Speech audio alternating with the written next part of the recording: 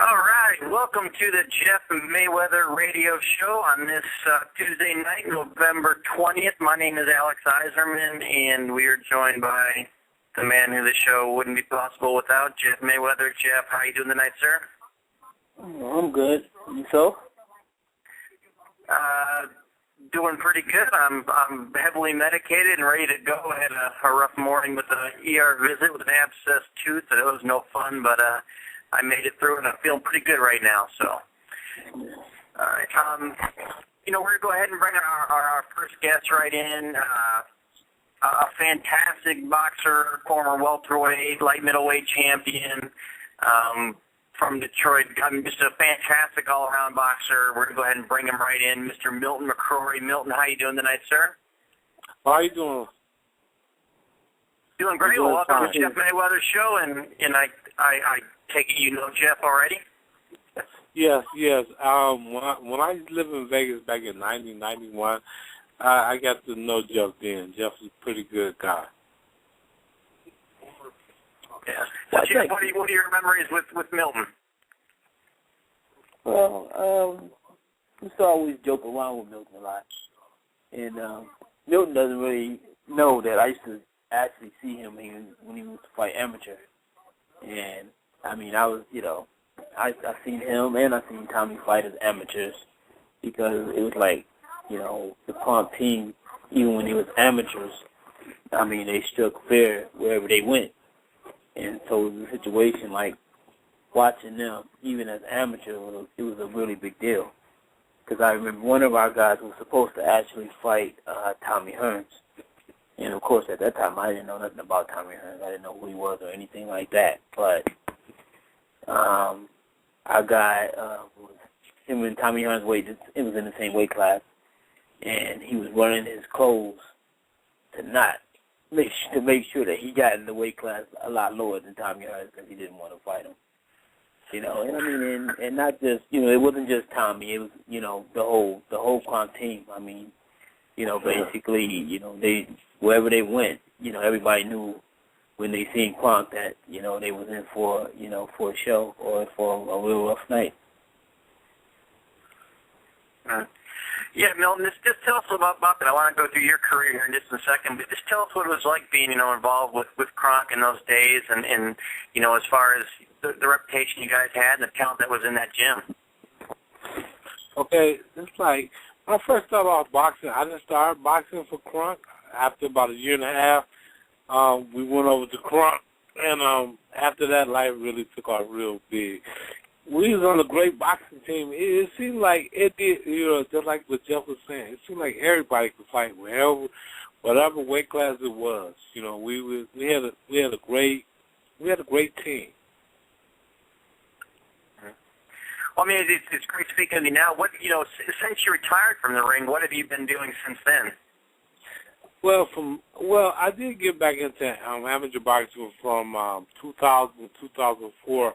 Jonathan Banks was the last one. He went to the Olympic trials in 2004. He fought light heavyweight then. So I've been around, so I still know a little bit about the fighters that's coming up and the ones, like the Gary, the boy out of Washington, D.C. I know a little bit about companies like Andre Durrell. I know a few fighters, Andre Ward. I know a little bit about them. Yeah. And then for yourself, I mean, obviously you had a great amateur career. I believe it was 105 and 15 was your record. How did you get involved originally in boxing? Jimmy Paul. Jimmy Paul told me and my brother Steve, you are lying.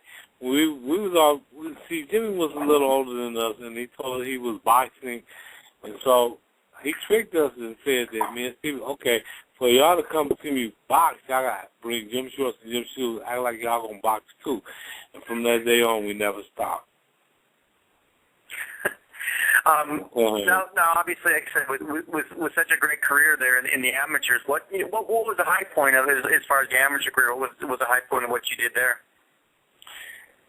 Well, I think the year 79, when I lost in the AAU National Finals to Emmanuel Steward, he's deceased now. He got killed in an airplane crash in 79.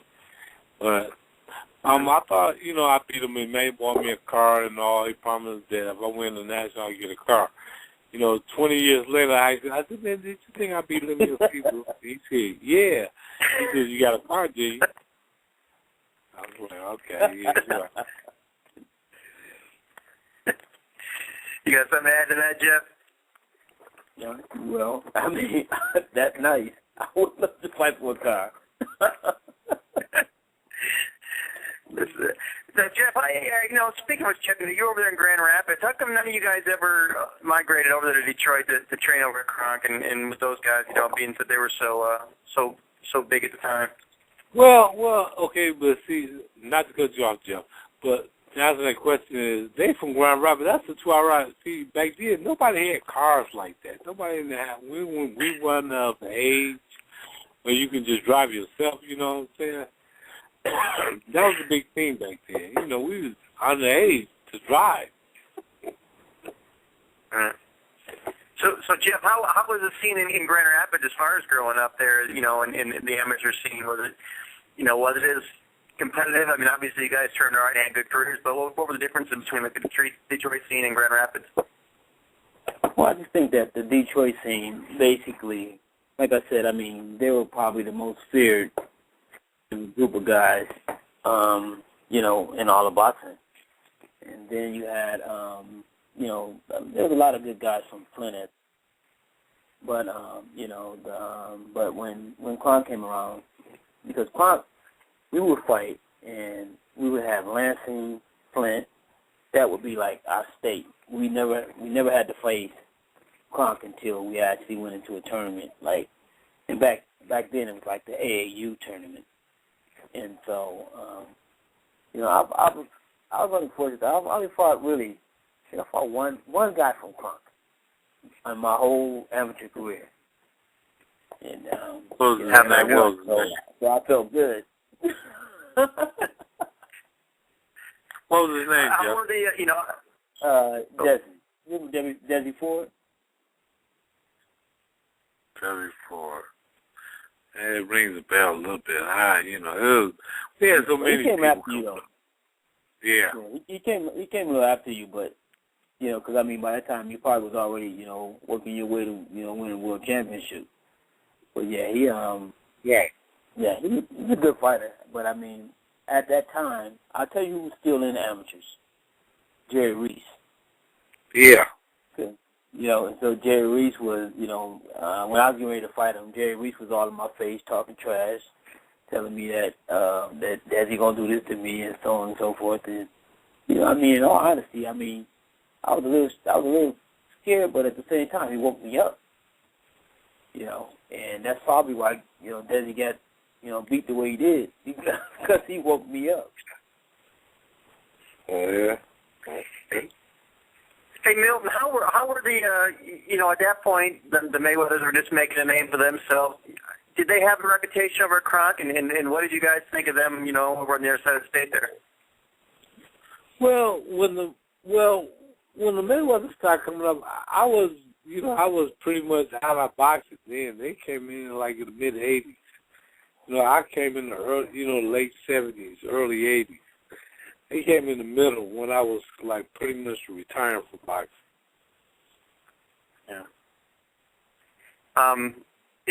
Jeff, I meant to ask, you were talking about the different areas of boxing. Like I said, I grew up in the mean streets of West Bloomfield. How was the amateur scene there? I wasn't boxing, obviously, so pretty tough guys from West Bloomfield?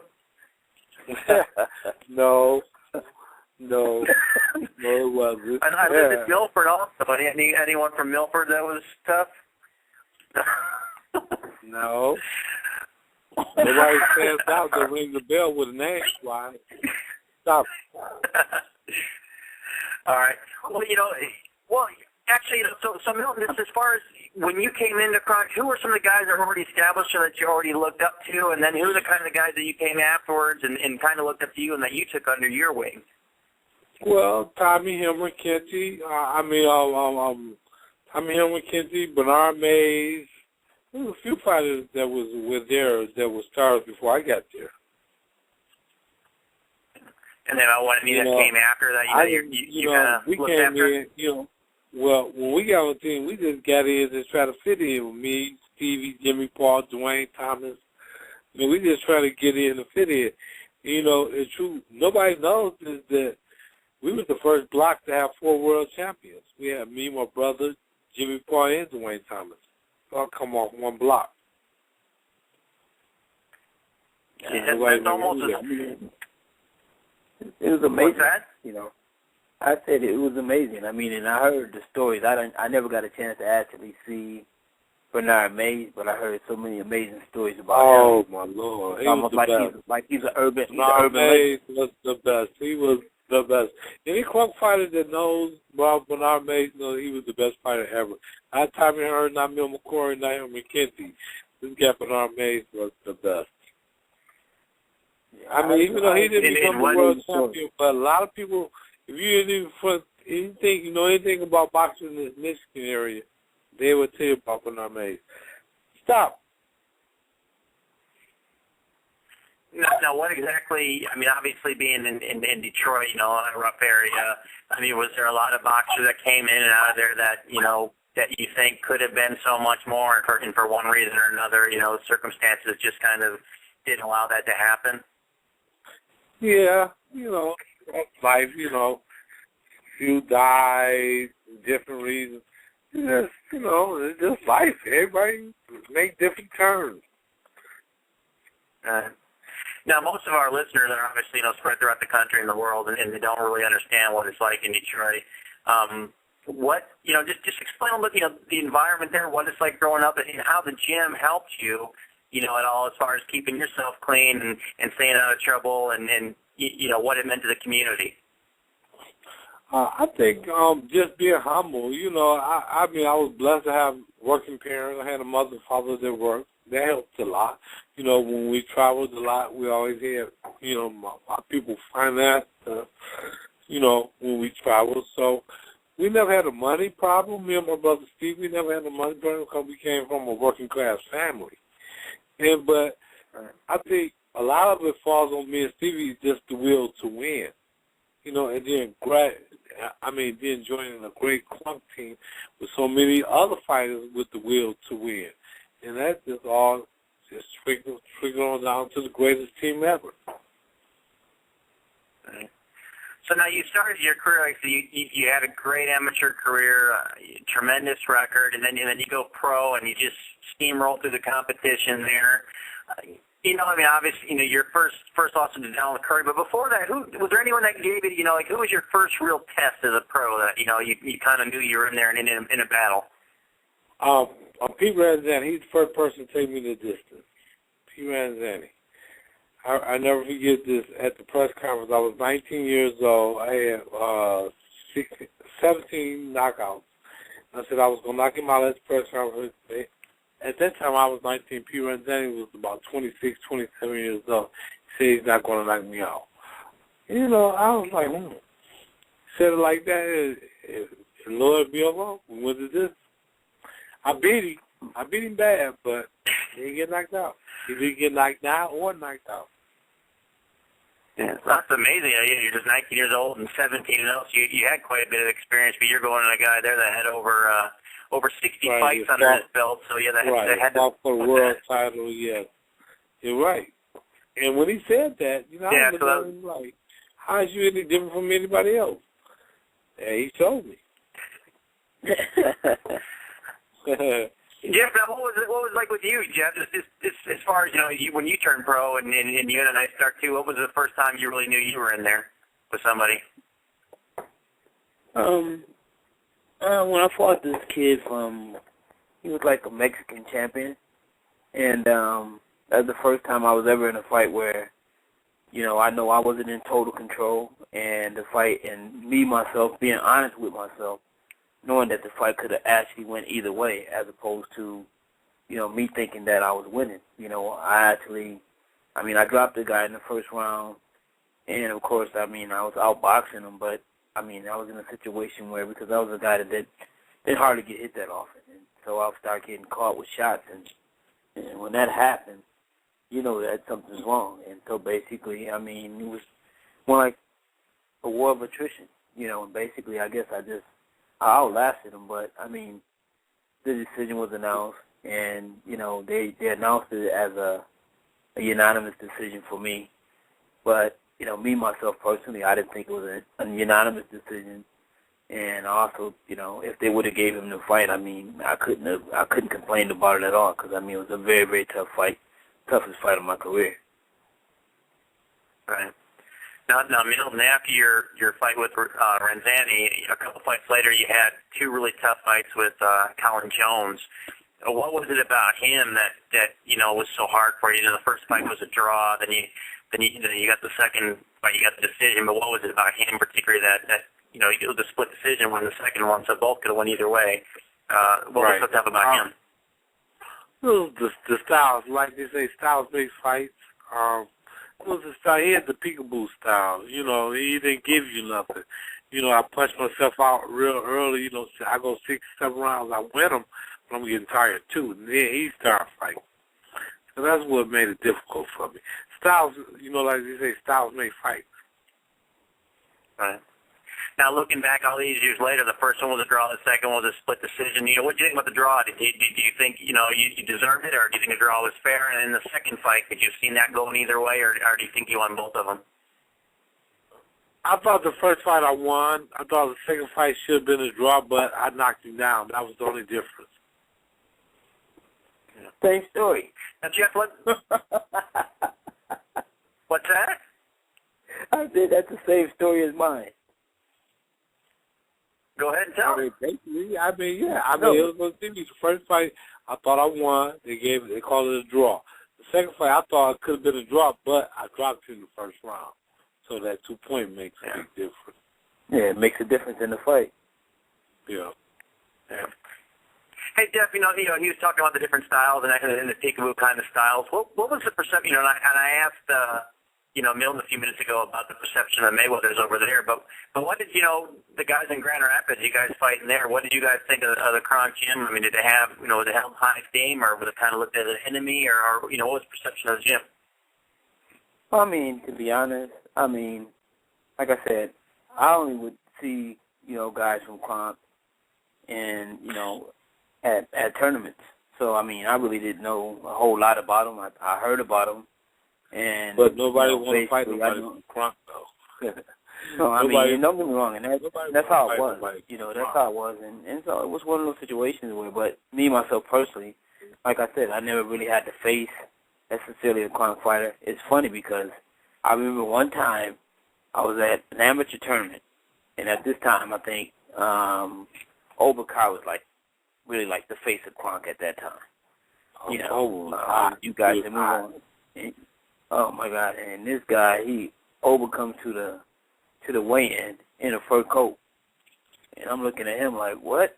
I mean, so it was, you know, it was kind of like, you know, he was overly flamboyant, kind of like also. I mean, of course, Jody, you know about, you know, Detroit yourself because you lived there, but the same thing, kind of like with what's the guy who played for Michigan and it was a flop? In the pros or? No, and he played for University of Michigan. Judge. What was this? No, but they called him a judge. Oh, you talking about Antoine Joubert? Yeah, him. Antoine Joubert. Oh, basketball? Yeah, basketball. No, but Joubert? Yeah. Because, no, the reason why I brought his name up is because he did the exact same thing. When he would go to games, he would have on big mink coats and stuff like that. And then when Oba came to the weigh-in, and he's just a kid, and he got this on, and he's bragging, he's talking trash, and you know, and everybody just sitting back. You know, I didn't know who he was. I mean, I found out who he was afterwards, but it was like, who is this dude? You know, and I mean, he could flat out fight too. Well, hey, so Jeff, you know, it's a little interesting. You know, Milton had mentioned how there were sport champions from one block, but you know, as far as you brothers go, you know, I mean, obviously you guys are quite you know, sure of your abilities and thought you guys were great fighters. So personally, within your family, was it kind of like a you guys against Kronk thing? Because you know they had a lot of attention for being so many talented fighters out there, and did you guys talk amongst yourself like, you know, hey, you know, single-handedly you guys are as good as anything they got? Well, Go ahead, Jeff. No, I mean, me personally, like I said, it didn't affect me at all. I know that Floyd Sr. would go there from time to time and he would fight.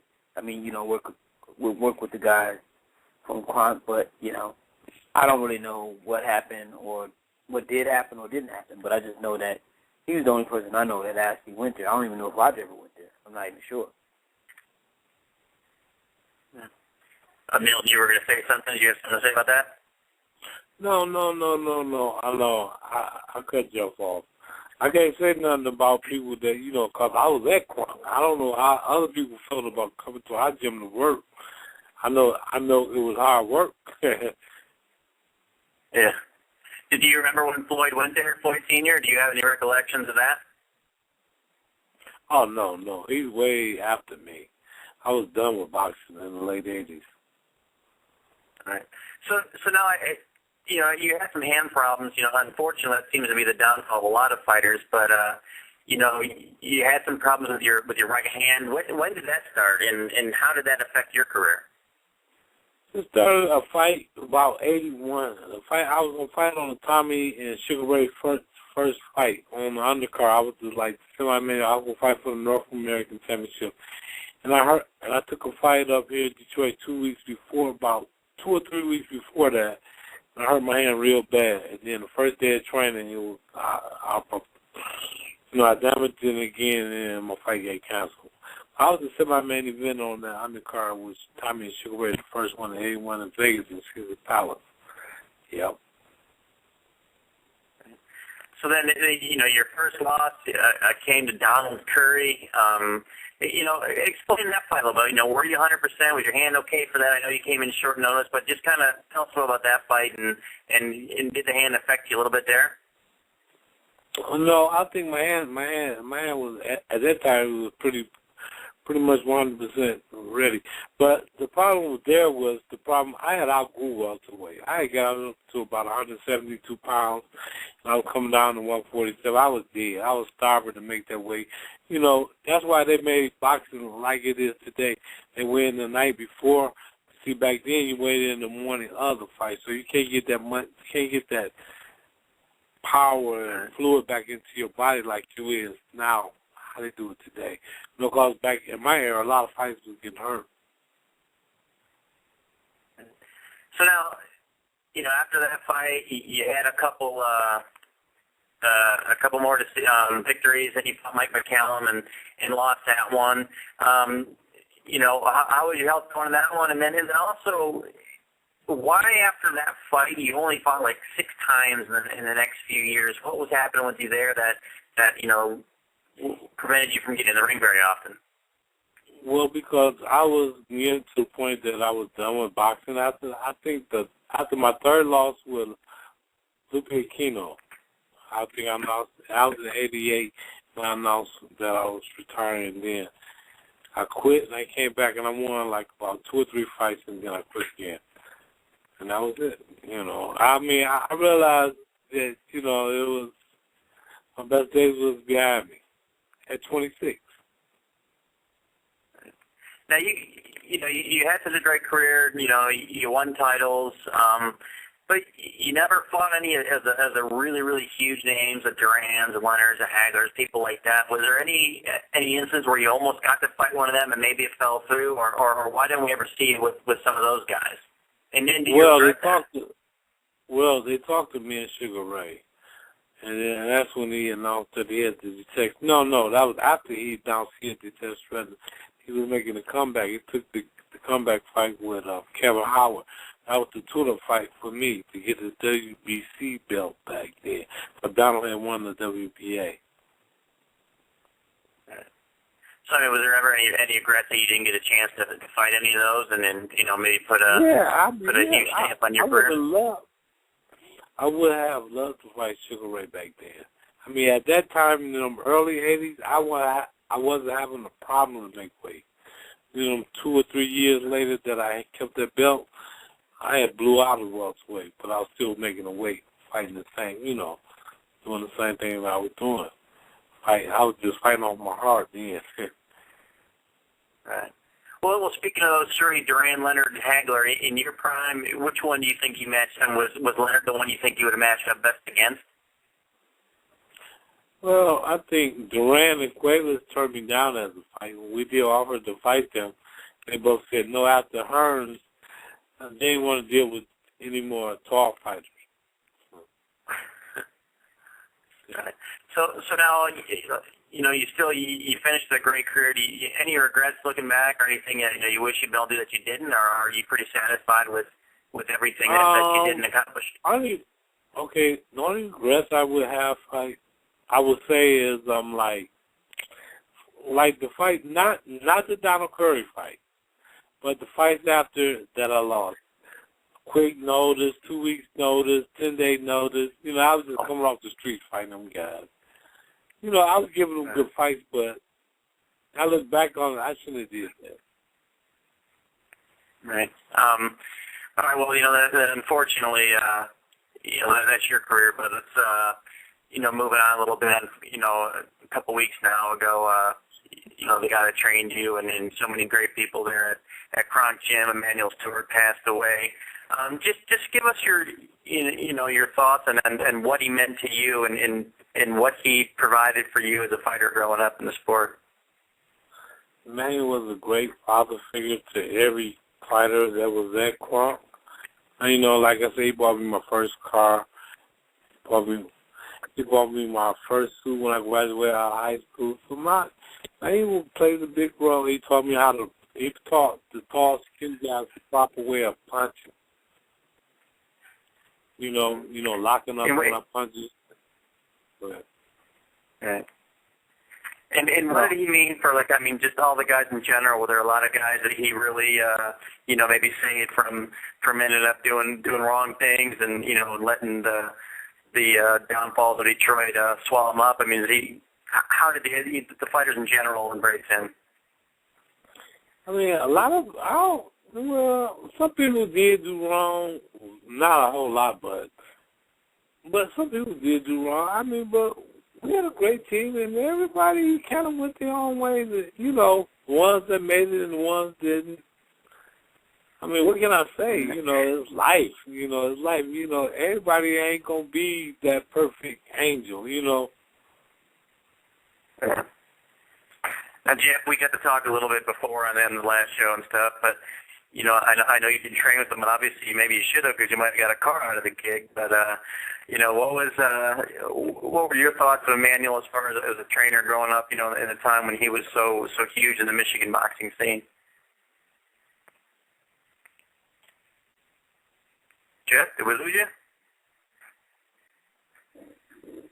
Uh-oh, did we lose Jeff here?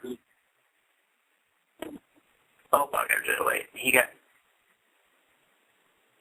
He's coming. Jeff, there you are. You must have. Yeah, I'm here. Did you hear the question at least? No. Okay, I was going to say, Milton was just explaining, what Emmanuel meant to him.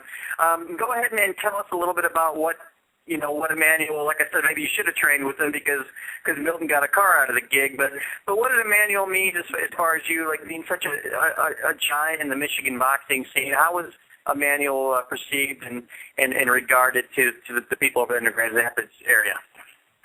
Well, I think that Emmanuel was, received in, not just by the Michigan area. I think that, Emmanuel basically, pretty much he's more like a legend. He was like a living legend. Everybody knew about him, anywhere he went, people knew of him, and I think that, in most people that actually got a chance to know him, whether they want to be honest, with themselves or not, I think that every person that ever, picked up a pair of mitts and called himself a trainer has inspiration and, or aspiration to, to achieve, maybe even a third of what Emmanuel achieved as a trainer.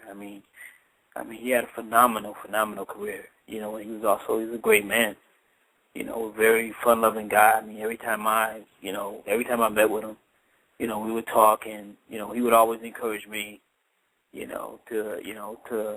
that he was always giving me compliments and things that that I was becoming a great trainer, that to stick with it, and like I said, my situation, was like it was almost like surreal, for me to be walking out of the other corner, against Emmanuel, because this is something like this guy is, has been a legend, and I mean, there's nothing that you can say about his achievements and everything, and for me to actually be walking out of the corner, going against him, in a heavyweight championship bout, I felt like, hey, I'm finally here now. I finally arrived, and it wasn't really so much. Of course, I would have loved to have beaten him, but it wasn't so much about that as it was, just the fact of even, coming out the opposite corner of a great legend. Which heavyweights was it? Vladimir Klitschko and Sultan Ibrahimov. Oh, okay. So yeah, you heard Jeff talk about that, Milton. What was it like, when you got to go into a fight and you had Emanuel Steward in your corner? Did you already feel like you kind of already had a leg up on your competition and you had a big advantage going in because no matter who they were, who they came in there with, you probably had the better training going in. I mean, was that a big boost to your confidence? No. I mean, I look back on it now, and you think I never thought about that people looked at our trainer as, well, you got a Emanuel Steward in your corner. That means that you're a great fighter. No, I didn't look at it like that. I mean, when you're the athlete, you don't look at it like that back then. Like, oh, I got Emmanuel, so that means that this team right. is good. They don't necessarily mean that. Yeah. Well, tell us, we spoke a little about personality, that kind of stuff, but personalities, especially with trainers these days, they're almost as big a stars, if not bigger than the fighters that they're with. You have the Freddie Roaches and the Roger and Jeff and Floyd Mayweathers and the Robert Garcias and all these. These managers or the trainers are almost becoming as big a stars as the fighters. Do you feel that did Emmanuel have a personality where you felt that he kind of was seeking the limelight, or was he all about you guys, his fighters? I think it was all about the fighters. I think the training part was coming with it, but I think it was all about the fighters. The main thing, if we win, then everybody else going to get pulled in too. You understand what I'm saying? If we win, we keep dominating like we keep dominating. So you got to say somebody is teaching them how to dominate. And guess what that falls back to? Emmanuel, right? Exactly. And that's the one thing I find with Jeff. Jeff's very much about him. He always stands in front of his fighters. Right, Jeff? Say it again? I was messing with you. I said, when you train, it's all about you. No, of course not. No, but you know what's funny? What's funny is this: is that even though, just like Milton said, it's not so much about the trainer and things like that, but at a certain point in time in Emmanuel's career, Emmanuel is the guy who actually became trainer for hire because because of his success, everybody wanted a piece of it. And you had guys who had just gotten beat by this guy say, wait a second, I want this guy. And so next thing you know, Emmanuel be in the corner of the other guy who just beat the other guy. And so, everybody wanted, as much of that as they could. And so, basically now what you're seeing now is because of Emmanuel. Emmanuel became the trainer for hire. And now it's like that. If you become a hot trainer, everybody goes run to you. And every trainer is not good for everybody, but just because you have success with one fighter that can hold a title for a long time, a lot of fighters now, especially one of the things with fighters nowadays, they don't want to accept defeat. They want to blame the trainer. They got to blame somebody. Yeah.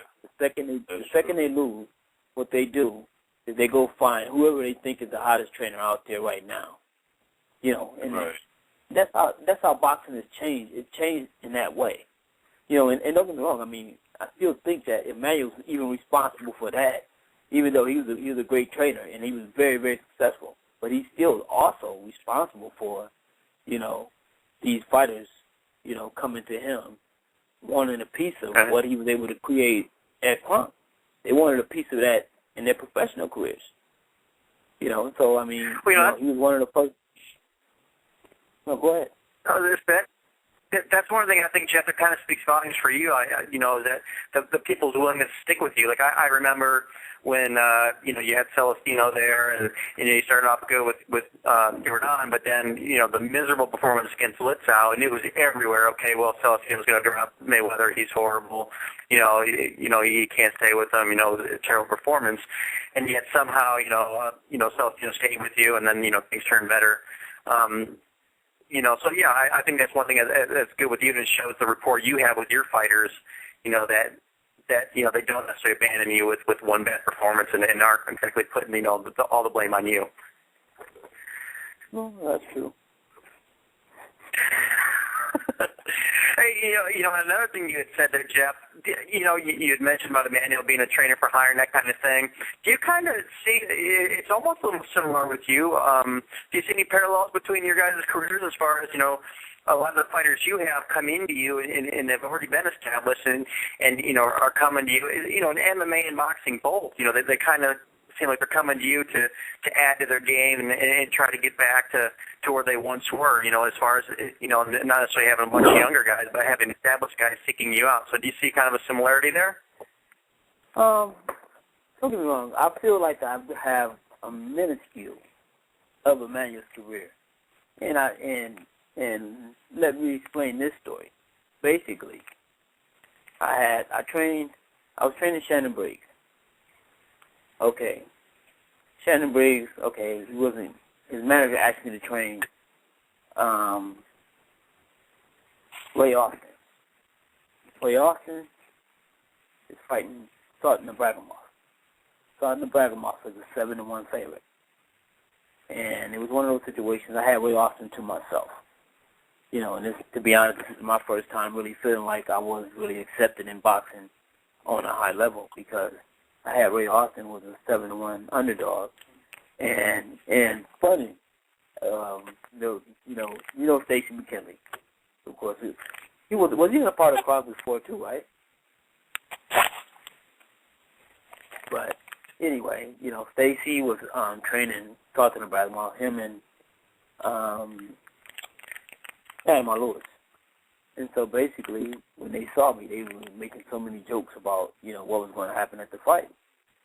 And lo and behold, Ray Austin actually won the fight, and they called the fight a draw.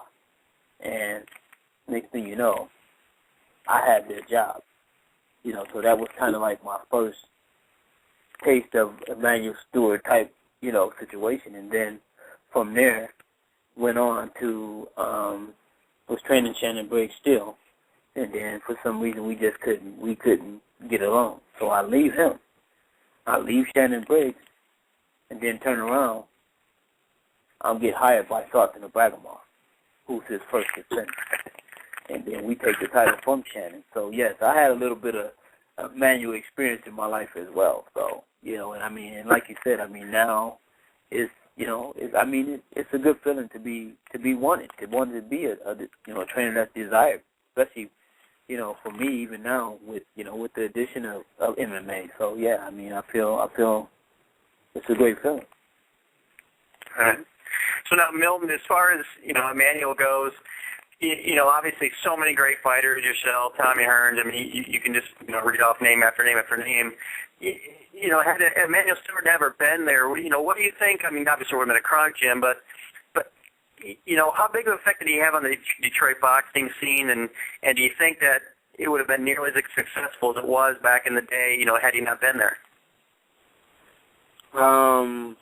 Yeah, it's hard to say, but I think what he done was he's done a hell of a job. For us to be inner city kids to come out to be how we did in boxing, I think it was great. Even for me being on the teams and meeting people come from different areas and seeing that they all caught on to this drama to win. That's all we used to do is win. It was like everybody caught that feeling. Fought hard, just fight hard. And now, what was your relationship like in your later years? Did you have a lot of contact with them after your career was over? Did you get to talk to them a lot? And and like I said, what was your relationship like? Emmanuel was one of the closest two fighters from Crump. Yeah. Oh, I mean, they've always been friends. Yeah. And so, what was it like? I mean, I know that they kept the people knew that there was an illness there, but what was it like getting towards the end? Was it really, really hard on you, or were you aware there was a problem, or how did it go towards the end? What do you mean, part of Willie Emmanuel dying?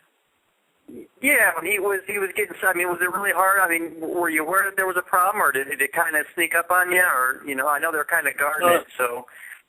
Well, it kind of snuck up on me, that was just, because he was, you see him on TV, and then next thing, you're like, what? Yeah, I was just talking to him on the phone, man. My son was just talking to him, maybe days before he went to the hospital, and it seemed like everything was just Emanuel Steward, and then for this to happen, then, yeah, it was a shock, yeah. And then how was the, like the funeral? I mean, there's so many great fighters there. I mean, just, basically a who's who of boxing. Was it, I mean, obviously there were tears shed and a lot of sadness, but was it kind of a celebration of his life too? I mean, a lot of great stories going around among the fighters and kind of celebrating the guy that he was. Yeah, yes it was. Me, Mark Breland, Emanuel Steward, Floyd Flavor, they all came to my house and shot pool, chopped it up a little bit, Just being around each other again was a great feeling. Yeah. I mean, just to wrap it up, as far as he goes, I mean, any final thoughts on him as far as, what he meant to you as a trainer and as a human being? I mean, he was great. I'm an inner city kid that came up through sports and made it through boxing. I wanted to be a baseball player. Look what my life turned out to be. Come out to be a good fighter, So, yeah, I take my hat off to Emanuel Steward. Yeah. And then, so what's going on with you now as far as, what's the future hold you? I mean, do you still want to have any kind of involvement in boxing, or are you just kind of enjoying life, or what's next for you? No, I work right now, but I still love boxing. I mean, I'm like Jeff. Hey, I used to train fighters. I mean, I still can train fighters. I like traveling. I like seeing the world. I just want some people that really wants to do this. That's all I want. I mean, fighters, I had a couple of fighters, but then they leave and they get teenage years, they want to make money, and they leave. And they were good fighters. They just walked away. You get your heart broken in this game, too. Tell them, Jeff. Oh, yeah, definitely. You get your heart broken in this game. You get to liking these kids, and they just walk away from them. Yeah, it happens. Yeah, if I can think it personally, a couple of people. Oh, go ahead. Huh? Oh, I thought I was letting you finish. I was going to say, Jeff, yeah, I know personally, as a trainer, I know a couple of fighters that probably have good talent, but unfortunately don't take the sport quite seriously. I mean, how hard is that for you to see these fighters that have talent and could actually do things in the sport, but they just don't have, for whatever reason, the ability or the desire or the dedication to make it in the sport? I mean, that's like anything else. Jeff, the better trainer than me. I mean, you're going to get some, you're going to lose some. Some going to be, it's like anything else in life. Some going to be good, some going to be bad, some going to make it, some ain't. I like this. So even the greatest team that I boxed on, the Crunk boxing team, you know how many else became world champions? A handful. It was 1,000 of us good. There was only about 5 to 6 on one championship. We had a lot of good frustrating, Jeff. Oh, I'm sorry. Go ahead. No, I didn't say anything. Oh, I thought Knowles had more. No, yeah, Jeff, so I guess it's how frustrating is it for you when you see these guys that have, all this talent and for whatever reason or another, they just don't put it all together in the ring, and like I say, either, drugs or girls or jobs or whatever, just kind of pull them away from the sport. Well, I mean, it's one of those things that, that's a personal thing, So me as a trainer, that's the one thing with me as a trainer. I mean, I actually try to make that person, become their friend. I mean, I want to know what makes them tick. I want to know if they're having a problem with their girlfriend. I want to know if things that aren't going right at home or whatever the case may be, because, at the end of the day, that person is trusting me with their life.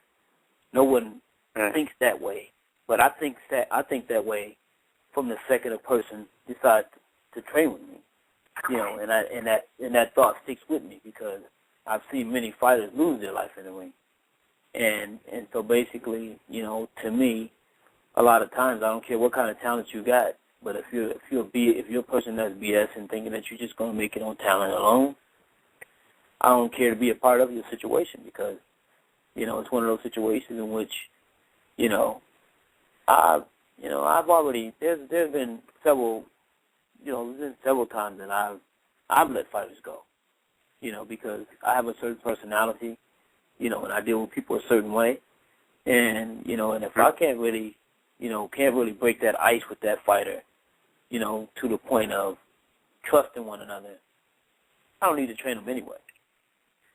Right.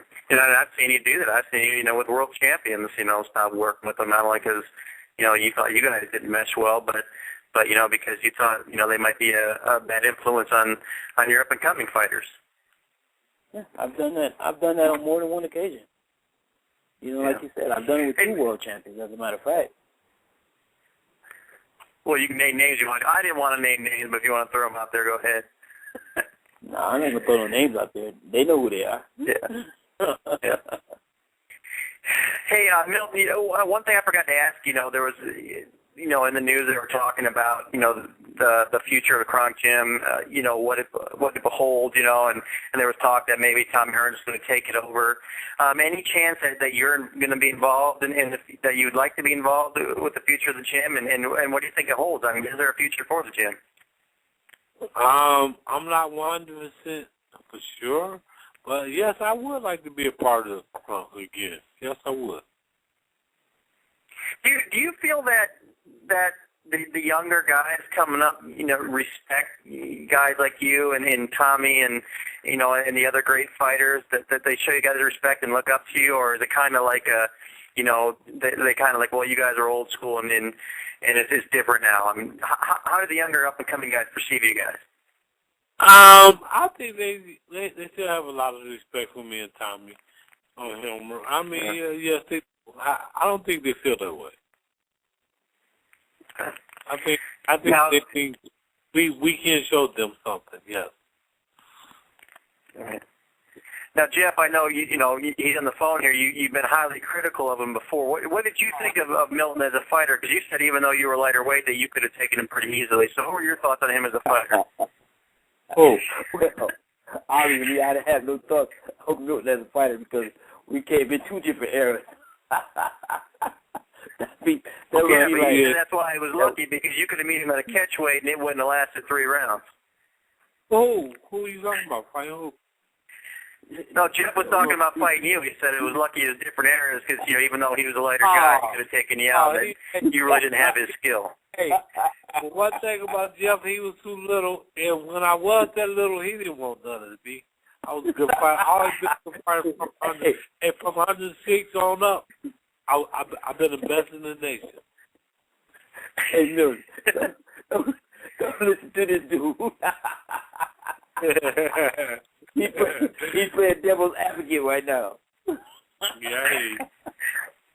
See, Jeff just has this tendency. He'll always talk trash the week before someone comes on the show, and get on here and he talks all night. But he was just saying that it was lucky that you were bigger than him, because it would have been trouble for you. No, it was really great. You gotta go fight. Yeah, he's a instigator. Yeah. Well, like I said, growing up on the mean streets of West Bloomfield, What's that? Hey, but Jeff and y'all look at y'all just they won my way. Well, I think you can whip him at any weight. Right. He's a West Bloomfield gangster. He's from West Bloomfield. They don't rack on the rack. Well, Milton, Jeff, anything else you want to add as far as, Milton, any stories you want to share or anything you want to ask him?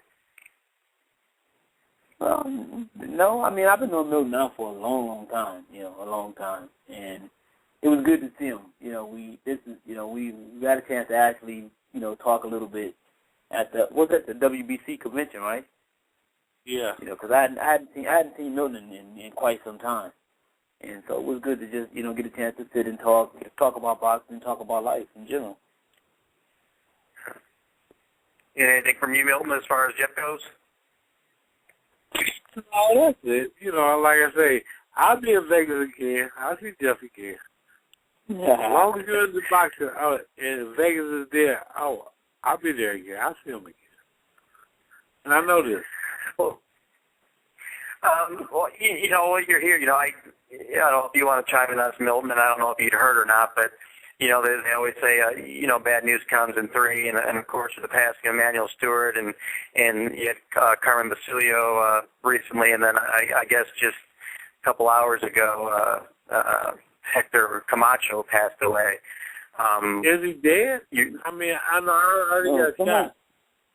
Yeah, well, it was reported. It's been reported. I was sitting on the thing. They were saying that he got shot. They ain't saying nothing about dead yet.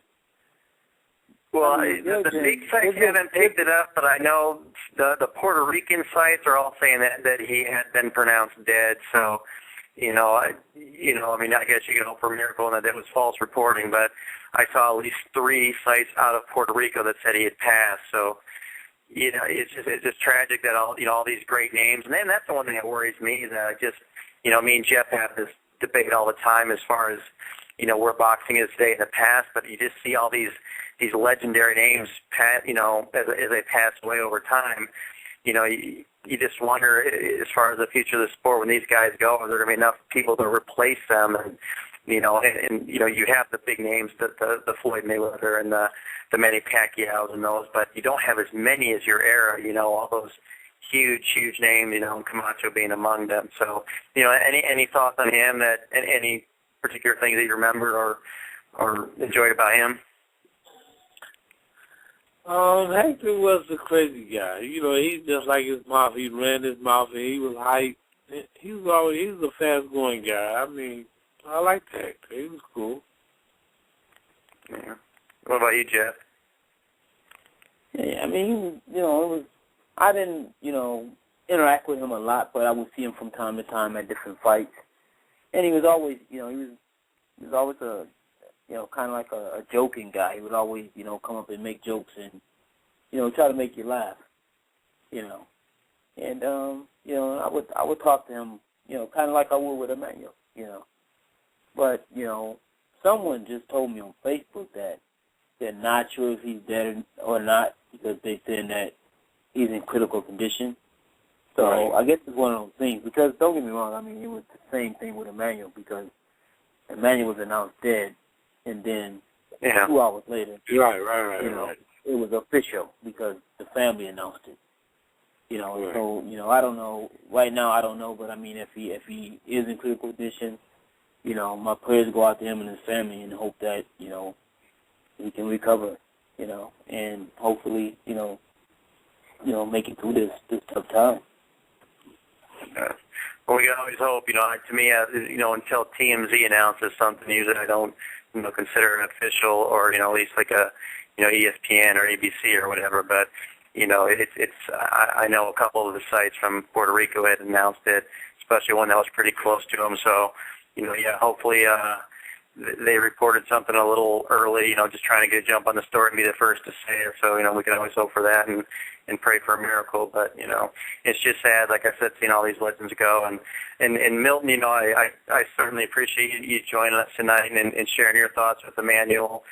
Just, tell our folks here in the last couple of minutes, do you do Twitter or Facebook or anything like that where the folks can keep up with you?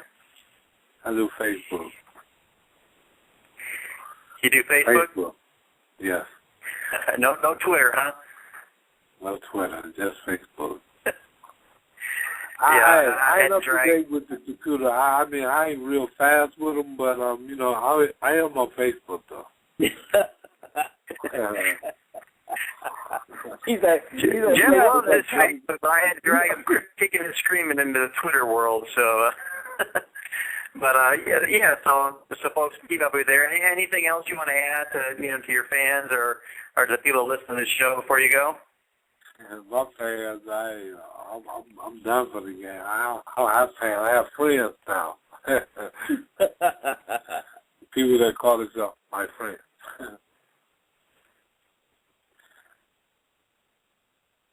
No, but boxing is different now. It's a different era now. It's a different time. It's just totally different now. Even with the score system now, how they do it.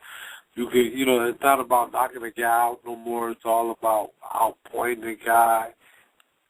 It's just totally different now. Knockdowns don't even count no more.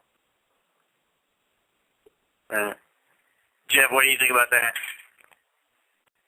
Well, I just think that the biggest thing that I see more of than anything with boxing now is the fact that fighters don't want to hold themselves accountable for losing.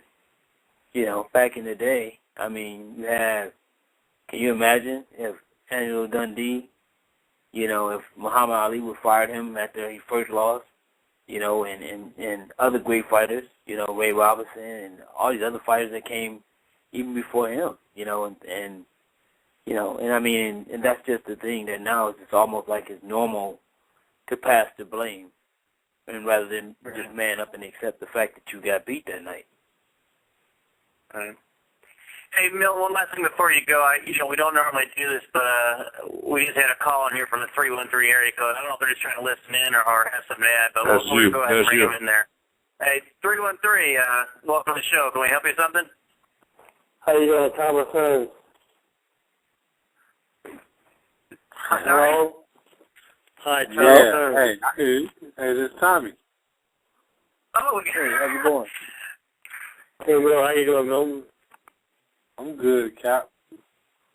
Yeah, good, man. It's sad. I heard some things on the press today about Hector Camacho, man. It's very sad news, man.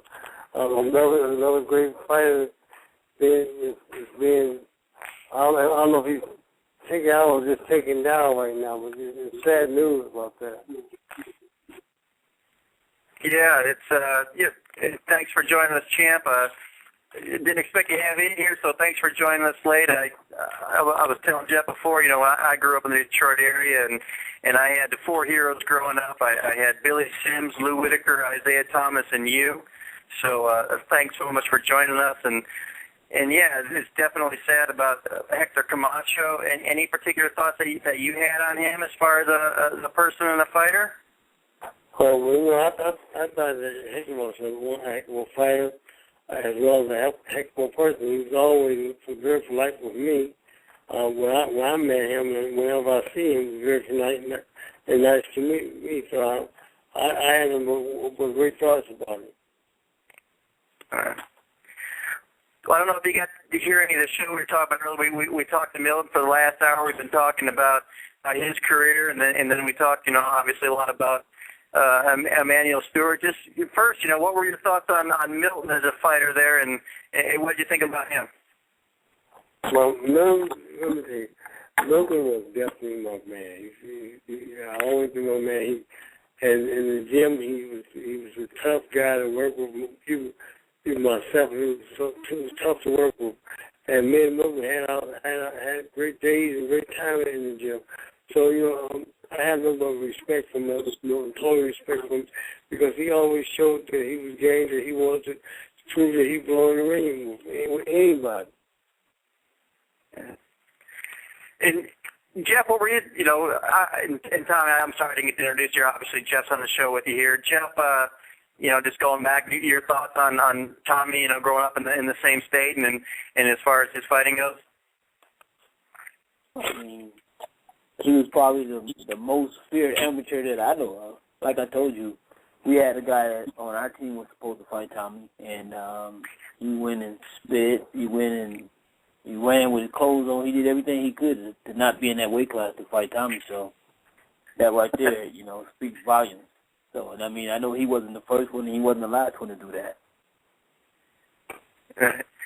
So what was it like there as an amateur at Kronk, Thomas? I mean, Milton was telling us earlier, that guys were scared to fight you. Your reputation was pretty fierce. What was it like as, in that environment in the Kronk gym? Did you see the other fighters just didn't want any part of Kronk? Well, most of the time, there was no guys that really want to compete with the guys from Kronk, because Kronk fight was always a little bit more advanced than the rest of the guys.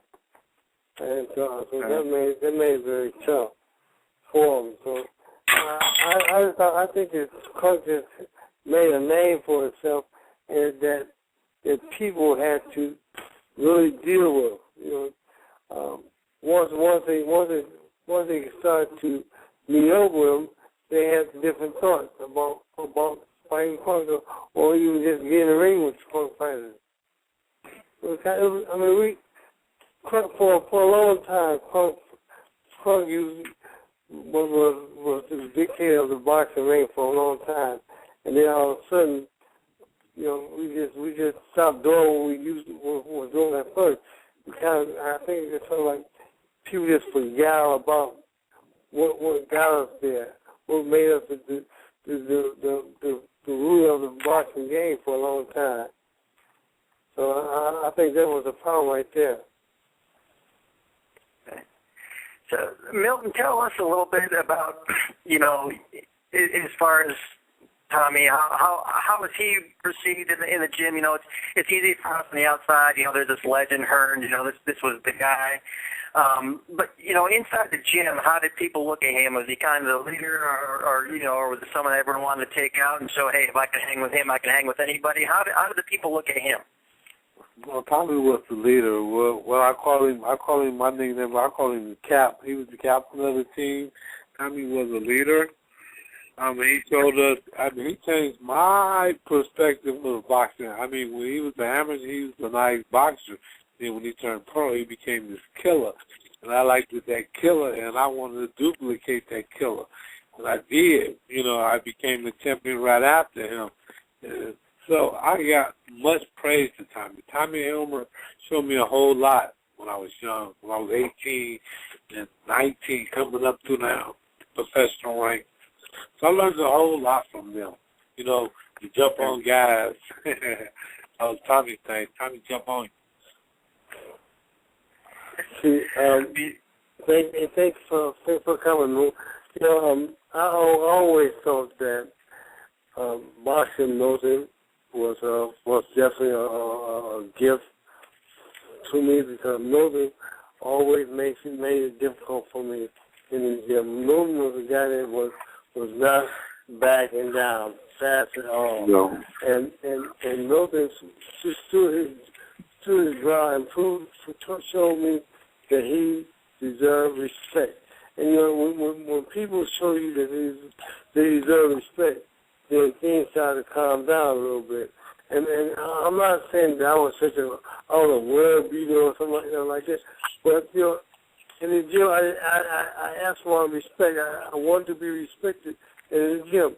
And Milton was a guy that told me, well, yo, Cap, you do your thing, I'm do my thing, And right. That's what it was. We just looked out for, we just remember that we both were going to be in a fight. Whatever we got to raise together, we knew that we were going to be in a tough training section. So, I respect that. I totally respect that. You know, you're always me and Jeff have frequent debates over the popularity of boxing now versus then, and you're always my standing argument. I always say, you know, when I grew up, we always, you know, when I still remember when you were getting ready to fight Sugar Ray Leonard, you know, we'd sit there and that's what we talk about at the bus stop. We're waiting for the bus to come and we talk about that fight. And I always discuss that with Jeff. I say no kids anymore discuss boxing. You know, they're talking about the NFL or Xbox or whatever, but it's not boxing. It's you know, it's not the same. I mean, but you know, a lot of it has to do with, you know, now you have Pacquiao and Mayweather, and they don't fight each other, so the fights just don't get talked about as much. But yet, you know, in your era, you had the Durans, you had the Leonards, you had the Haglers, yourself. So, I mean, do you feel that it's just, you know, what do you feel like your era? Do you feel you're really lucky that you were in a time when you had so many other talented fighters to, you know, to really showcase what you could do? I think that we're definitely blessed to be coming on an era that we came on where we had 5 or 6 different fighters. We had to fight that we could fight and made a difference. You know, now you just got two guys in the same weight class, and it makes it very difficult because the public want to see the top guys get together, and when they can't see the top guys get together, then it becomes a problem. It becomes a problem because if the public can't see them fighting and know who's the better between the two, it's a problem for the public. The public don't know how to really react on that. Okay. You know, and speaking of that, you know, and here I'm going to instigate. You know, Milton, you probably didn't hear earlier, but he said he felt like you kind of ducked him throughout his career and that he would really like to chance at you. You may be right.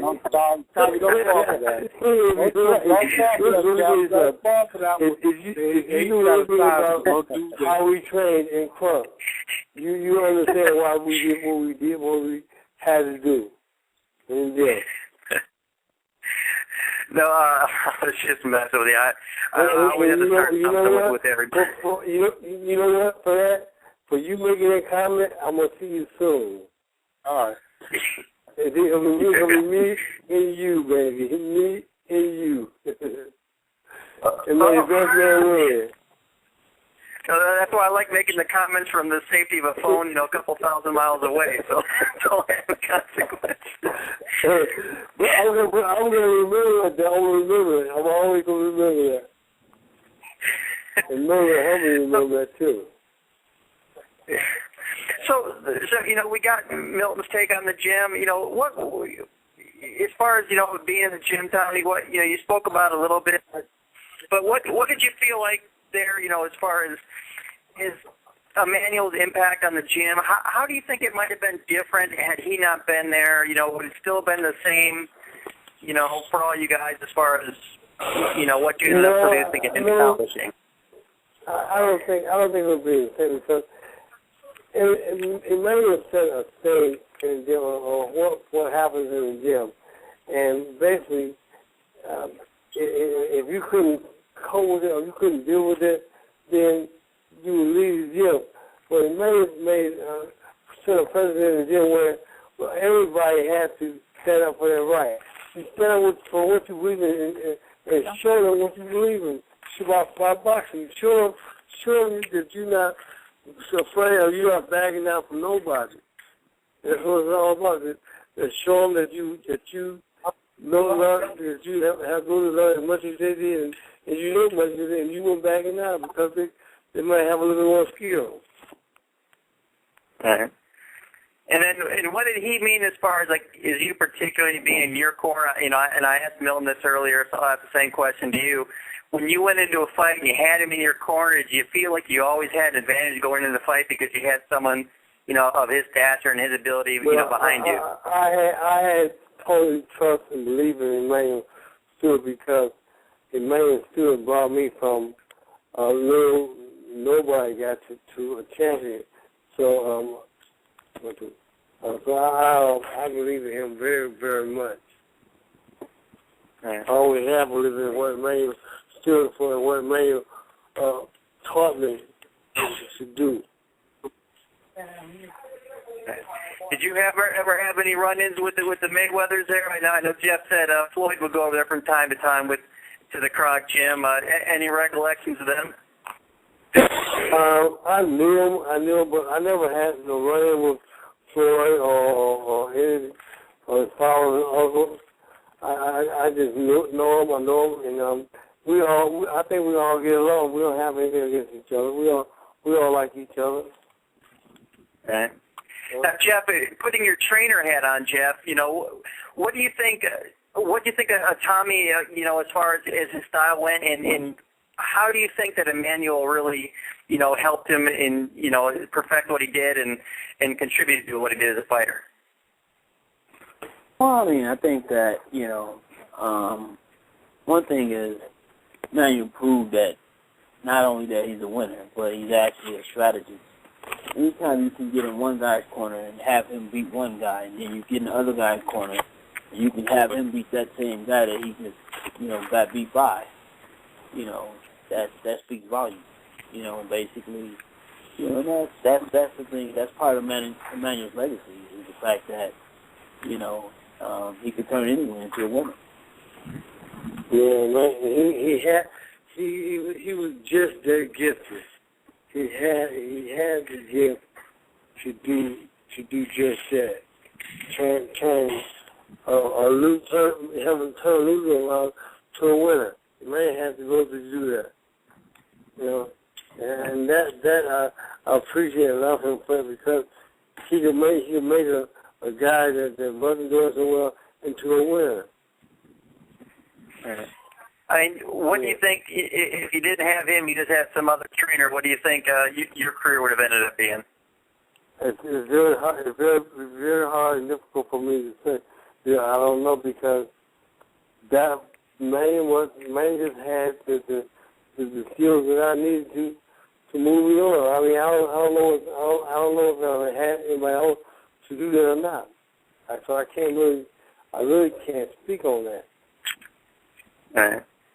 Now, right before you came on, we had talked about the future of the Kronk gym and asked Milton, if he'd be interested in, of course, the things were going around on the internet that maybe you'd be interested in taking over the gym. Any truth to that? And, what do you think is the future for Kronk gym? That is something I got to talk over with the family about me taking over and doing the things that I think that I probably can do down there. But first of all, I got to get okay from the family. I just can't go in and start doing something. Right. Now, Milton, let me ask you this, because when I think of Emanuel Steward, I think the first name that comes to mind when we train, even though obviously so many great champions, but Tommy is the first one I think that most people think of. Do you think that there's really anybody else that would be a logical choice to take over the gym and carry on for Emmanuel besides Tommy? No, Tommy is the biggest name, so I would agree with that, Tommy.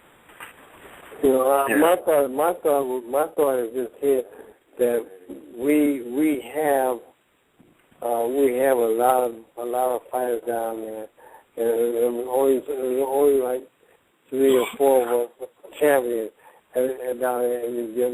Me, Milton, Hilmer, and I can't think of anybody who else right now, but Milton, if anything, I would like to have someone like Milton in my corner help me down there, because I don't really know what he's doing. I have total confidence in Milton being out there helping me with the fight, because, again, like I said, I know that I can turn my back and Milton will do the right thing. What are your thoughts on just the boxing scene in general in Detroit? I mean, does it, obviously, like I said, so many great fighters went through there, and so many legendary names, and, back in your day, do you see a similar future, and can it be once again, a great place, a great breeding ground for a lot of great champions like yourself and Milton? I think that if we put our heads together and go back to the drawing board, we can still get things working and being handy to it. I don't think it would be a real difficult problem. I think like I said, if we just sit down and start working with things can come together. I really do believe that things can come together. Right. Do you see, when we all grew up, there wasn't so many distractions. Do you think that it's really hard now to have people as committed as, all three of you are, Jeff, Milton, and yourself are all great fighters. Do you see now too many distractions that maybe can prevent people from reaching their full potential, whether it be from video games to, cell phones to whatever? I mean, do you see like a lot more distractions for young people? Well, you always going to have some distractions. Somebody gonna be interested in something. You can't stop that really. The distraction, because distraction is something that's out there in the universe that everybody's gonna have to deal with. Everybody got to deal with that. Sooner or later, it's how strong are you? How strong and committed are you into what you're doing? Right. And as far as, another question I asked Milton earlier, as far as the fighters, when they see you, do you feel like they see you and they give you the proper respect, or do you get a lot of these kids come up and like, well, you're the past, I'm the future, and they don't really feel that they respect you the way they should? Although I think it's probably kind of hard to say that they don't. You know what I tell them? If they say I'm the past and they're the future, I tell them the past still can knock them out. I'm sure you probably could. There's probably quite a few you can still take care of. Baby. And whatever I do, the past still can knock the future out. So go for it. Go for it. If you do it, go for it. Do you ever still got me? Boxing's different than football and baseball, obviously, and you came back several times, but even now, it's still kind of hard for you to resist the urge to get in there and mix it up a little bit? Is it hard for me to get in and mix it up? No. It's not hard for me to get in and mix it up, no. Why would it be hard? I mean, if I want to get in and mix it up, it should be no problem whatsoever if I want to do it. Just go do it. Yeah. Oh, and this is a little off topic, but I did want to ask you about how's your son doing? I know he had an injury in his last fight. How's he doing? So far, he's doing fine. He's doing great. He's going to come back in. I think he's going to come back in and do what he's supposed to do. Yeah. All right, and then right before he came out, sorry, go ahead. Tommy? Hello? Go ahead. Oh. Hello? Hello? Yeah. Hello? Yes. All right. And then Tommy, just as far as like the funeral went, right before it came, we were talking about that. How tough was that, or was it more of a celebration? Was it great getting together and seeing all these guys that became great champions under Emmanuel? How was the funeral? It was great to see everybody and see all the champions coming together and supporting Emmanuel, seeing Emmanuel. But for me, it was really sad. It was a sad thing, a sad moment for me. I couldn't really catch myself in time and get myself and really focus on what I was doing because of the state of mind I was in and what was going on. So it made it very difficult for me. It made it very difficult. All right. Now, Jeff, one thing I want to ask you, the trainer, I forgot to ask you, and I think what spoke volumes about him as a trainer, he trains a great guy like Tommy, and then you have someone like Vladimir Klitschko, different country, different style, different side, Andy Lee. What does that say about his ability as a trainer, that he could train, such different people from different worlds, instead of just one type of fighter? Yeah, it doesn't make no difference where you're from back home. I mean, as long as you can take instruction and listen well, Emmanuel can train. Emmanuel will show you how to do it, and then you will know how to do it. Right. I mean, Jeff, what are your thoughts on that as far as, his ability to work with different people from different walks of life? Well, I mean, boxing is universal. so it doesn't make a difference. You know, I mean, the champion that I trained was Russian. Now the champion that I trained is Panamanian. So I've had that same experience. So it's one of those situations in which, you know, boxing is universal. So it doesn't really matter where you're from. It's just, if you got the right person in front of you and you have the right chemistry, you know, you guys are going to be successful. That's right. That's right. It's all about how you think when you walk into that ring. When you walk into that ring, what your basic thoughts is about. I mean, are you confident with your ability? Are you confident that you train hard and you ready to go out there and put on a war? Or you just confident that you want to go out there and try to put on a good fight?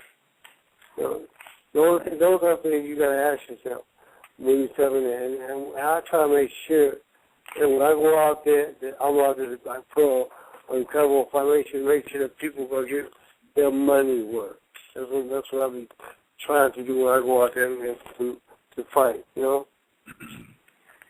Well, I certainly don't think anybody that ever saw you fight was worried about not having got their money's worth. I mean, you know, in winning and in defeat, I mean, it seemed like all your fights were classics. You know, is there what would be the one particular moment that stood out for you that would be the highlight of your career? The highlight of my career was when I won my first world title. That started everything for me, got me excited, and motivated me even more to do more. Because that first title was like, man, it was so long coming, and when I finally was able to get the title, I was a very happy person, very, very happy person. Okay. Now, you know, obviously the most famous fight you were involved in, I guess, would be the Hagler fight. Looking back on that, I mean, how do you look at that fight? I mean, obviously... To you, that's the most famous fight. I don't look at it like that. It wasn't a good fight for me. It wasn't a good fight for me. You can picture that. That's what I was going to ask. That's what I was going to ask, you know, because people always say, you know, the third round was one of the greatest rounds, if not the greatest round ever. I mean, it was an incredible fight. For them, it was the greatest round I've ever seen. But for me, it was the most difficult thing I could ever done. Well, I guess that answered my question, because I was going to say, you know, how do you look back at that fight? Is it something you're glad you're a part of, or do you wish it never happened, even though it's... I'm definitely was proud that I was a part of that. You know, I didn't wish the outcome would have been a whole lot different, because I'm telling you, as soon as that bell rung, I was going to get him. I was trying to get him. And just so happened he was able to, he was standing the little storm I put on. But, you know, my thought was to get him out of there as quick as you possibly can. And that's what I tried to do. Well, it was, you know, it was like, I was obviously on your side. Like I said, you were one of my 4 heroes growing up, and, you know, it was just an incredible fight, and and unfortunately it didn't turn out, you know, the way we would all liked it. But how is your relationship? You know, there's been talks about, you know, Sugar Ray kind of organizing a tour, I guess, of you guys all going around. How is your relationship with Marvin Hagler, Sugar Ray Leonard, you know, Roberto Duran, those guys? Do you guys have kind of a camaraderie, a brotherhood, or do you guys not talk to each other that much, or how's the relationship? Oh, yeah, I think that we all can come together and do whatever we want to do, because we all do have some liking for each other. You know, we know that we're all been in a big fight. We all made each other a lot of money. So, you know, if we get together and do something else to make more money, I'm sure we can do that with no problem. Yeah, I'm sure you can still work together. If they don't want to get together and make more money, we're going to kick their butt again. Whoever wins, we're going to kick their butt again. Well, yeah, so if you all put on the trunks today, you think you could take them all now? Oh, man, I do my job, man. I do my job. Whatever I got to do, I do it. I mean, that's what it's about, man. Like the one guy wearing like Marvin Hagler, you know, I don't want to really say, but I'm going to say, I'll try him again. I can, because all you do is just tell me, yeah, let's do it again, and I'm ready. I mean, I know I got to train, but I'll skip all that, just go right in. Well, Jeff, you know, I think that's kind of the difference between you and Tommy there. You said you knew it was time to hang him up when he didn't have the desire to get in there anymore. It sounds like Tommy still wanted to get in there and kick some butt. But see, right now, Tommy ready for the ring right now. If the right person step up, I'm going to run to the ring.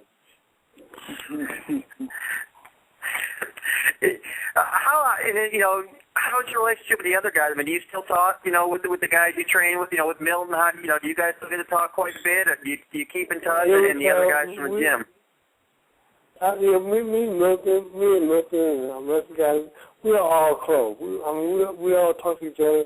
We don't have an argument between each other. We all talk to each other. And we show respect. I mean, am I right, Milton? Yes, sir. I don't know, Milton might be mad now. Milton's on the side just then. What y'all do to Milton? No. I said, yes, sir. You know, I got to go to work. Hey, you know, I got to go to work tomorrow. Y'all still talk. You know, you're going to be off the radio. You thought it was going to be off here 45 minutes ago. So, 45 minutes. Tommy, what's that? Yeah, go ahead. What you say? I was just saying, Tommy, what, you know, Milton had talked earlier about any guys in particular that stood up in the gym back then that we didn't really hear about that should have been up there and been a great one? Well, I think we had a lot of guys.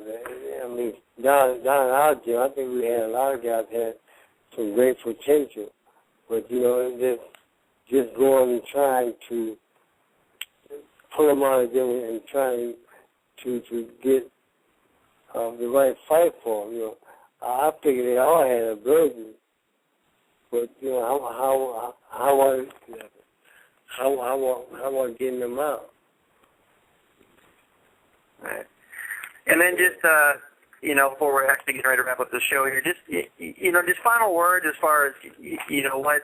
You know, you already spoke a lot about what Emanuel Steward meant to you and your career. And how do you really hope that the folks remember him as obviously, so much outpouring of love for the guy. Everybody seemed to respect and love him. But, final thoughts on him and how you like to see him be remembered. Well, my thought was this, I just remember my years being at the gym doing what he enjoyed doing the most of all. And that was training guys and giving them work, handwork, and being in the ring. That's my memory that I have of Emanuel Steward. And I want to be able, I'd like to just be able to keep those same memories just like that. Glad and willing to give anybody the work that they need to work to help them advance themselves. Right. And Jeff, we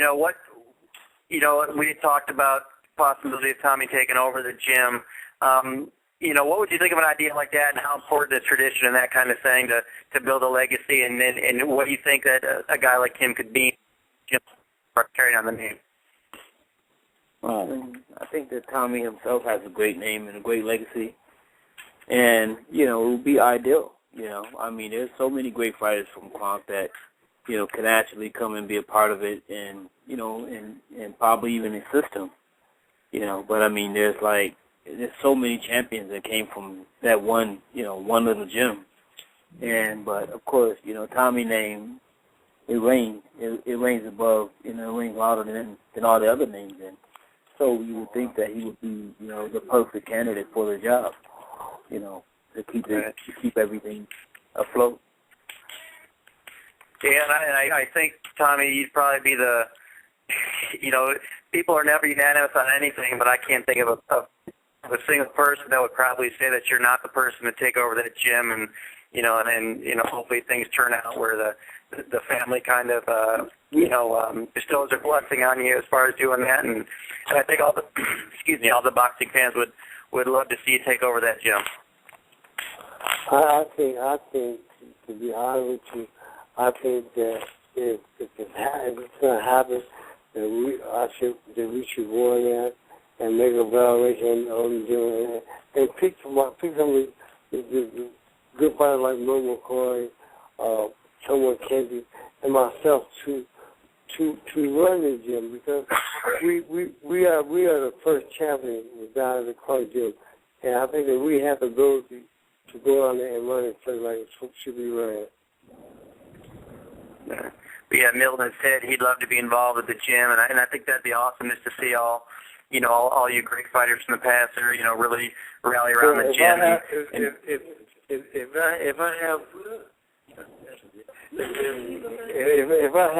I have something to do with it, Milton definitely will be have something to do with the gym. Because Milton was definitely just as much involved as I was involved. So yeah, I definitely have Milton there. Thank you, Mr. Yeah, and with you two and any other fighters, I think that'd be great. It'd just be great to see the gym rise to prominence again and take its rightful place. As far as being just one of the icons of the sport. So it was awesome having you guys on here. Unfortunately, under the circumstance, is not the greatest, but having your guys' thoughts and memories has really been great. Tommy, just as far as before we go, folks keeping up with you, I know you do Twitter, so what about Facebook, Twitter, that kind of thing? Where can folks keep up with you? Well, right now, I'm not really doing too much of that stuff right now. I'm on Twitter already, but I'm not on Facebook. I don't do Facebook yet. I haven't started doing that yet, so I don't think we do that really, to be honest with you. I do Facebook till you do Twitter. Yeah. Well, between the two of them, you have it covered then. And I believe, Tommy, you're the real Thomas Hearns, is that right, on Twitter? That's right. The real Thomas Hearns on Twitter. Real Thomas. Right.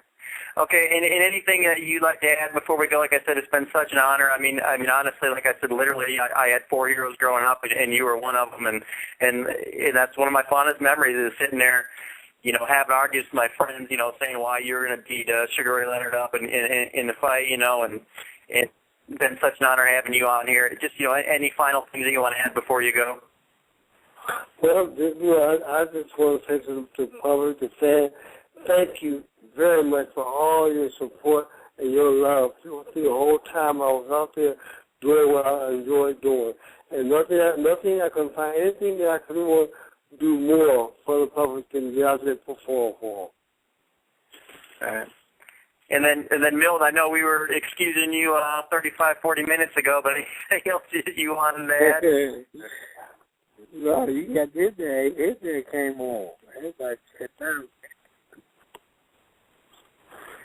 All right. And Jeff, final words from you, Jeff. It's been a great night. Two awesome fighters here. Just any final thoughts? No, this was like a pleasure. I was glad that Tommy finally did make it. And it was a great show, complete show. And like I said, it was good catching up with Milton again. I hadn't seen him in since the WBC convention. So it's good talking to him as well. Yeah.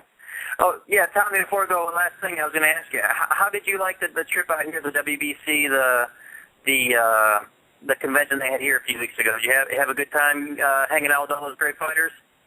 I had a great time because I got to see all the fighters, man, and we had a great time together with each other, man. We just laughed and talked and just enjoyed being one another. That was wonderful. Yeah. I know. See, you almost wanted to beat me up there too, because I got a picture with you and Iran Barkley, and you were mad at me then for asking to get a picture there too. No, I wasn't mad at you. I was mad at Iran Barkley. I said, why you want me in every picture, Iran? Nobody don't know you. We'll get off the pictures. We had fun. When I first introduced myself to Iran, I was like, man, I shouldn't even be talking to you because you fought my favorite fighter growing up. But hey, maybe we have the Hearns Barkley 3 somewhere down the road. Oh, man, don't tell Barkley that, man. Barkley will go crazy. That's all he wants to do is fight. I think he's out of your weight class now. While he was down there, Barkley challenged Evander.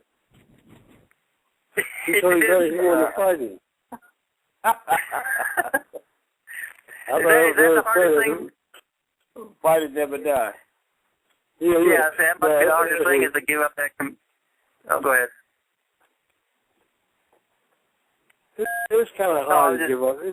Boxing is a sport that you just get hooked on you. It's hard to give it up. It's very hard to get walk away from it and say, I'm quit, I'm done. Right.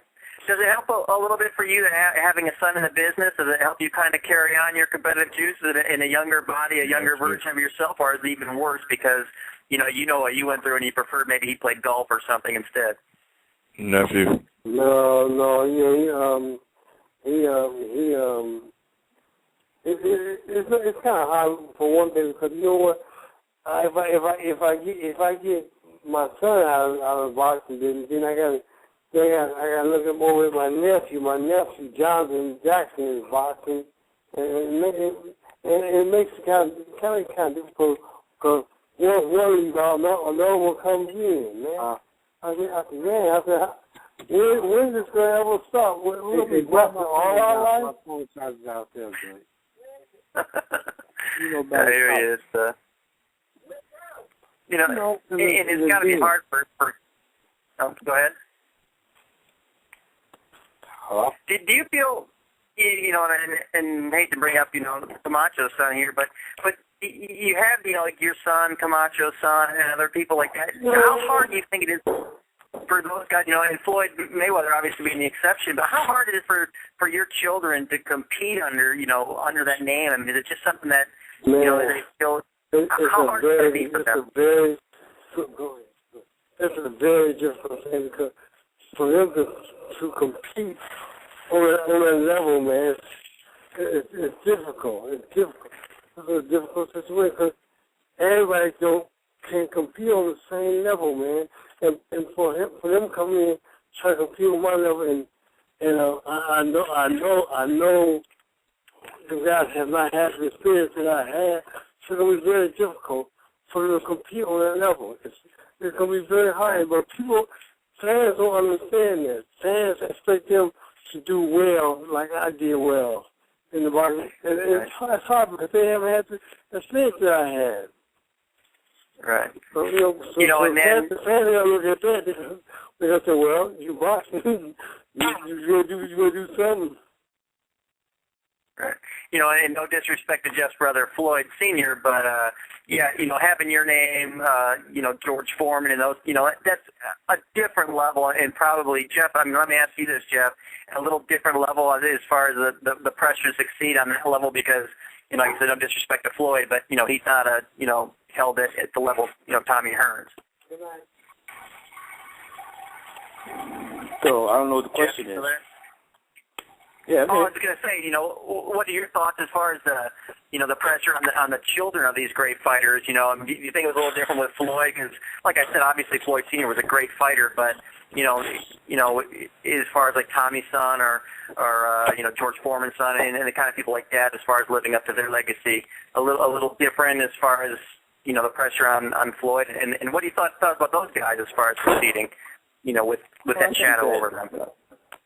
Well, I think when it came to Floyd Jr., it was more of just basically carrying the torch. I mean, his dad hadn't made it to the top as a fighter, but he made it.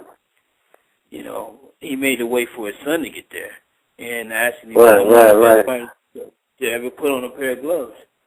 And I mean, he gave his son his blood, sweat, and tears. I mean, when Floyd was born. I mean, the first thing his dad did was have him punch at his hands, and so I mean, he created a fighting machine, and he did. The results of it, the whole world is seeing it now, So I mean, even though, he never did make it to to the top level, as a fighter. Obviously he had the wisdom to pass on to his son. So, he reached it. He still was able to reach it through his son. So it was kind of like a reverse situation with Thomas and his son. Right. And last question for you, Tommy. I could talk to you forever, but I know it's late there. But just to expound on that, with your son in boxing, was it something that you kind of pushed him into, or was it something that he pursued on his own and that you kind of let him go along with? Listen, let me tell you something. I tried very, very hard to convince my son not to box, not to want to box, because, man, boxing is a man's sport. I'm a man, Dad. It's a tough sport. Anybody gets in boxing has a tough time. Even though you my son, you might have my blood, you're going to have a hard time than I had, because everybody will be gunning for you because of your name, because you have the name, the last name. If you didn't have a last name, it may be a little different for you. But because you have a last name, it's going to be very different. Even like my nephew. My nephew has a little different for him, because he don't carry the last name as her. But once they find out he's my relative, he gonna start catching it too. He will start catching just like everybody else, just like my son catching it. And that's what's kind of hard. Go ahead. I was going to say, that's what's really unfair to those guys, that they can have a lot of accomplishments and do really well, relatively speaking, but, when people, outsiders say, well, but it's not what Tommy did. Oh, that's not nothing, And even though they, do something really well and have a very respectable career and accomplish a lot, people still look down on it, and it's not right, because, you should be judged for your own person, what you accomplish and what you get out of your own abilities. Right. And that's why I said, people don't judge you like that. They judge you for who you are yourself, and what you can do. And say, well, he was nothing like his dad, or like his uncle. His uncle was so much better. Okay, we know that, because where his uncle came from, or where his daddy came from, that's why he has today that he has.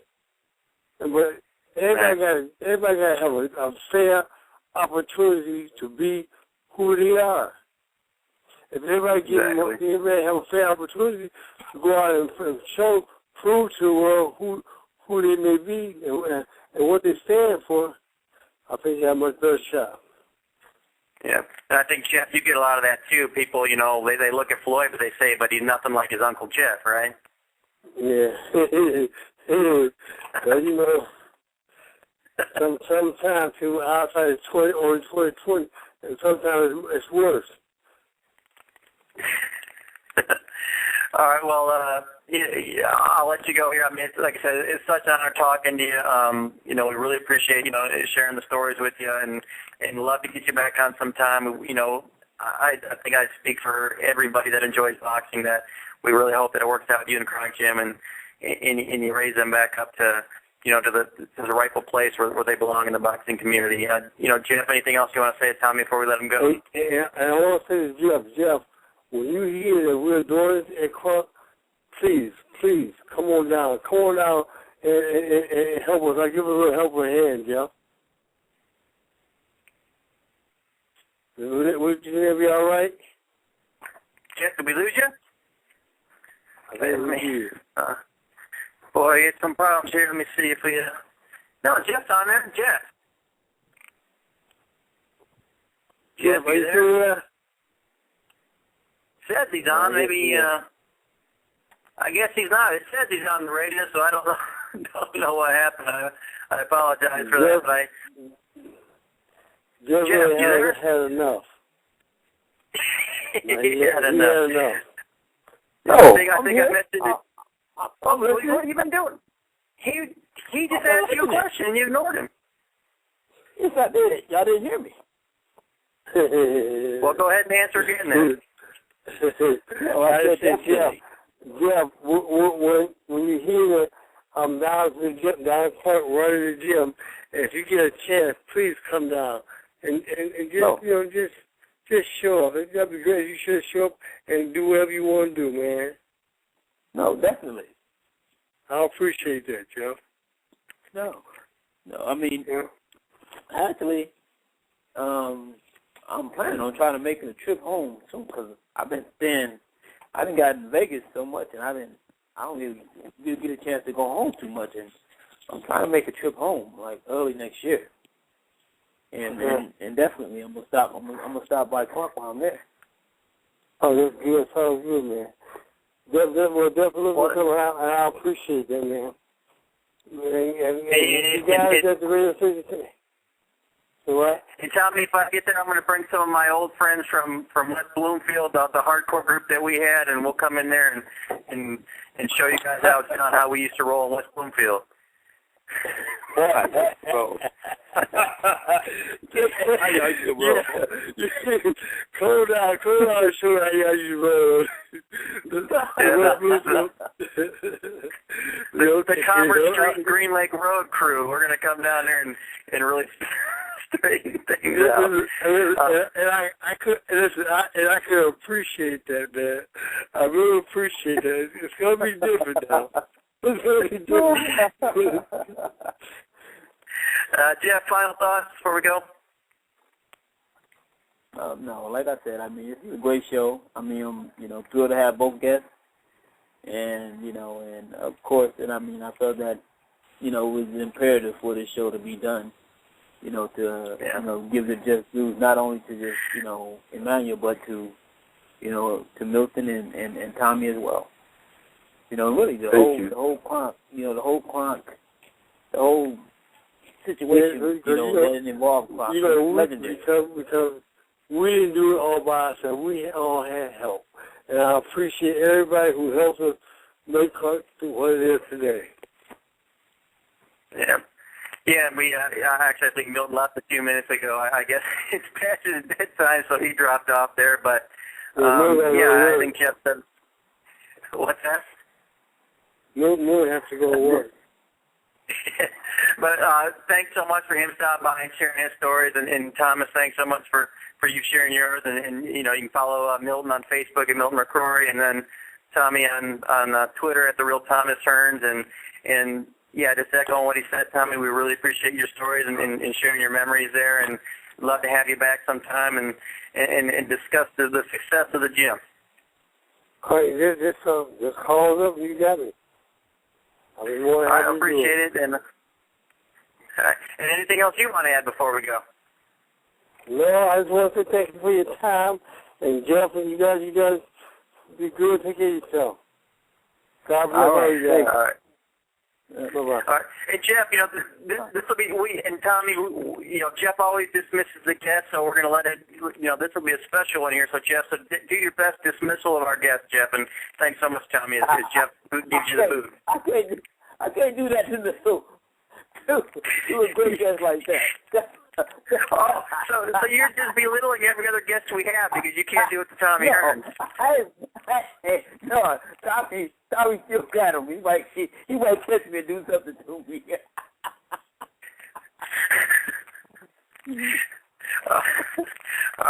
Tommy. Come on, Jeff, you can't do it? Okay, you ready? Why?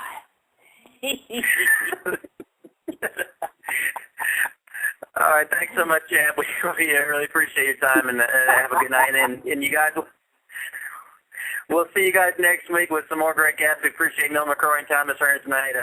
We'll talk to y'all next week.